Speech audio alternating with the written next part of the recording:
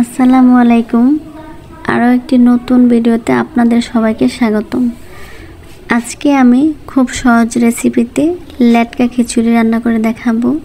তো সেই জন্য আমি এখানে সমস্ত উপকরণগুলো নিয়ে নিয়েছি। আজকে আমি খিচুড়িটা রাইস কুকারে রান্না করব। তো আমি আগে থেকে ডাল চাল ধুয়ে ভালো করে পানি ঝরিয়ে রেখেছিলাম। তো তার মধ্যে এখন আমি পরিমাণ মতো পানি দিব। আর খিচুড়িটা আমি সবজি দিয়ে রান্না করব। প্রথমে আমি এখানে গাজর কুচি, পেঁপে কুচি, তারপরে আলু কুচি দিয়ে নেড়ে চেড়ে ঢাকনা দিয়ে ঢেকে দেব এটা বলক আসা পর্যন্ত।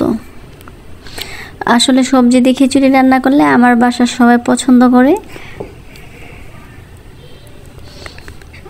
তো আমি ঢাকনাটা কিছুক্ষণ পরে উঠিয়ে দেখছি যে বলক আসছে কিনা।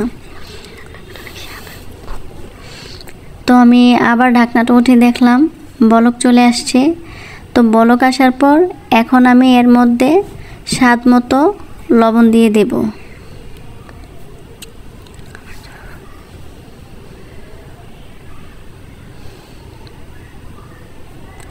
লবণটা আপনারা আপনাদের স্বাদ অনুযায়ী দেবেন। তো লবণ দেওয়ার পর আমি কিছুক্ষণ এটাকে নাড়াচাড়া করব। তো নাড়াচাড়া করার পর এই পর্যায়ে আমি হলুদ গুঁড়ো দিয়ে দেব। আসলে অন্যান্য মশলার আগে হলুদ গুঁড়োটা দিতে হয়, তাহলে হলুদের যে এক্সট্রা গন্ধটা থাকে ওইটা থাকবে না। তো আমি হলুদ গুঁড়োটা দেওয়ার পর হালকা একটু নাড়াচাড়া করে এর মধ্যে বাকি মশলাগুলো অ্যাড করে দেব। তো এখন আমি এখানে আদা রসুন পেস্ট দিয়ে দিব। তো আদা রসুন পেস্ট দেওয়ার পরে কিছুক্ষণ এভাবে জাল করব। তারপরে আমি বাকি মশলাগুলো দিয়ে দেব। আদা রসুনের যে কাঁচা গন্ধটা আছে ওইটা চলে যাওয়া পর্যন্ত অপেক্ষা করব।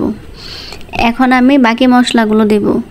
প্রথমে আমি লাল মরিচের গুঁড়ো, তারপর ধনিয়ার গুঁড়ো, জিরার গুঁড়ো দিয়ে ভালোভাবে এগুলো মিশিয়ে নেব।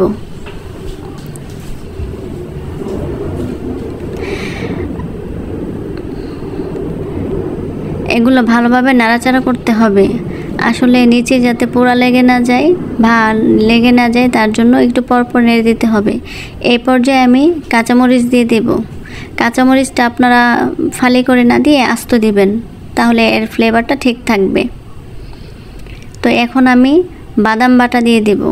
আসলে খিচুড়ির মধ্যে বাদাম বাটা দিলে আমার খুব ভালো লাগে। তো বাদাম বাটা দেওয়ার পর আমি এটাকে ভালোভাবে মিশিয়ে নেব।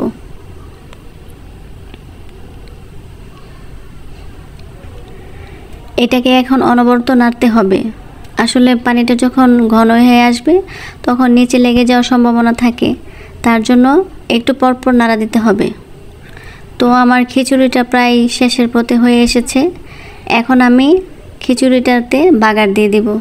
তার জন্য একটা প্যানে তেল গরম করে তাতে পেঁয়াজ তেজপাতা ভালো করে ভেজে নেব। পেঁয়াজটা একটু ভালোভাবে ভাজতে হবে। পেঁয়াজটা আমি ব্রাউন করে ভেজে নেব।